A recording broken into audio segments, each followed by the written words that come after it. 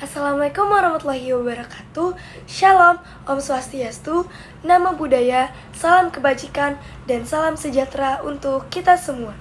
Hari ini, saya, Victoria Maria Teresa, akan membacakan resensi cerita yang berjudul Balada Putri Hijau, karya Galuh Kania Anindita. Jenis karya ini adalah cerita rakyat atau legenda daerah Sumatera Utara. Asalnya Medan, Sumatera Utara, dan bentuk sastra ini prosa rakyat berbentuk balada atau kisah puitis. Ringkasan cerita Balada Putri Hijau ini mengisahkan seorang putri cantik dari kerajaan Deli Tua yang bernama Putri Hijau.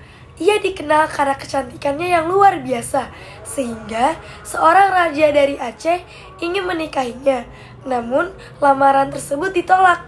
Karena penolakan itu membuat Raja Aceh marah dan melancarkan peperangan melawan kerajaan Deli.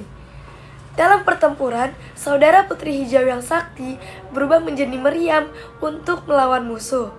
Putri Hijau sendiri akhirnya ditangkap dan dibawa dalam sebuah peti kaca menuju Aceh. Namun, dalam perjalanan tersebut di laut, tiba-tiba ombak besar menguncang kapal dan peti kaca itu pecah. Putri Hijau pun menghilang tanpa jejak. Hingga kini, rakyat percaya Putri Hijau bersemayam di laut Selat Malaka. Amanat dari cerita singkat ini, yang pertama, cinta tidak boleh dipaksakan. Yang kedua, kesetiaan dan keberanian merupakan bentuk pengorbanan mulia. Dan yang ketiga, keangkuhan hanya membawa kehancuran. Kelebihan cerita ini, yang pertama, syarat nilai budaya dan sejarah dari Sumatera Utara. Yang kedua, mengandung pesan moral tentang cinta, kesetiaan, dan pengorbanan.